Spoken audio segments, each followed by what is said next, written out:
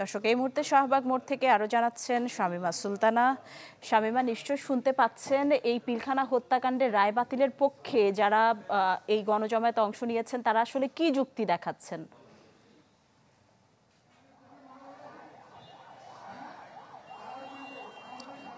আপনি একটু আগেও যেটি বলছিলেন সেটাই আসলে 3 দফা দাবিতে তারা কিন্তু এই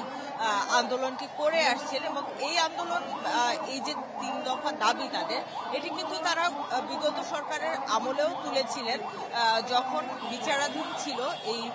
বিডিআর বা পিলখানা হত্যাকাণ্ডের যে ঘটনা, সেই ঘটনার যে বিচার কার্যক্রম সেটি কিন্তু তখনও চলমান ছিল এবং তখন তারা যে আওয়াজ তুলেছিলেন, যে দাবিগুলো তুলেছিলেন, সেগুলো আসলে ওই অর্থে বড় কোনো গণজামায়াত তারা করতে পারেননি। ছোট ছোট কিছু মুভমেন্ট তারা তখন করেছিলেন, বিভিন্ন সময় সংবাদ সম্মেলন করেও বলেছিলেন যে তাদের যে বিচার প্রক্রিয়া যেটি চলছে সেটিকে তারা বলছেন যে এটি একটি প্রহসনের বিচার এবং সেই বিচার প্রক্রিয়া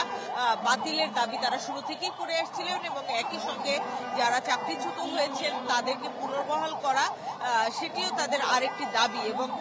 যেসব পরিবার ক্ষতিগ্রস্ত হয়েছে তাদেরকে পুনর্বাসন করা এবং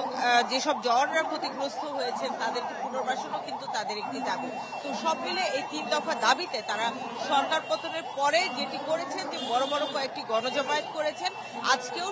ধারাবাহিকতায় তারা কিন্তু শহীদ মিনারে সকালে জড়ো হয়েছিলেন এবং সেখান থেকে এখন তারা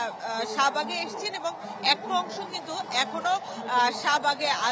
শাহবাগে যেমন আছেন আর একটা অংশ কিন্তু এখনো শহীদ মিনারে আছেন এবং তাদের থেকে 9 জনের একটি প্রতিনিধি দল তারা কিন্তু প্রধান উপদেষ্টার কার্যালয়ে অর্থাৎ যমুনাতে গিয়েছেন। সেখানে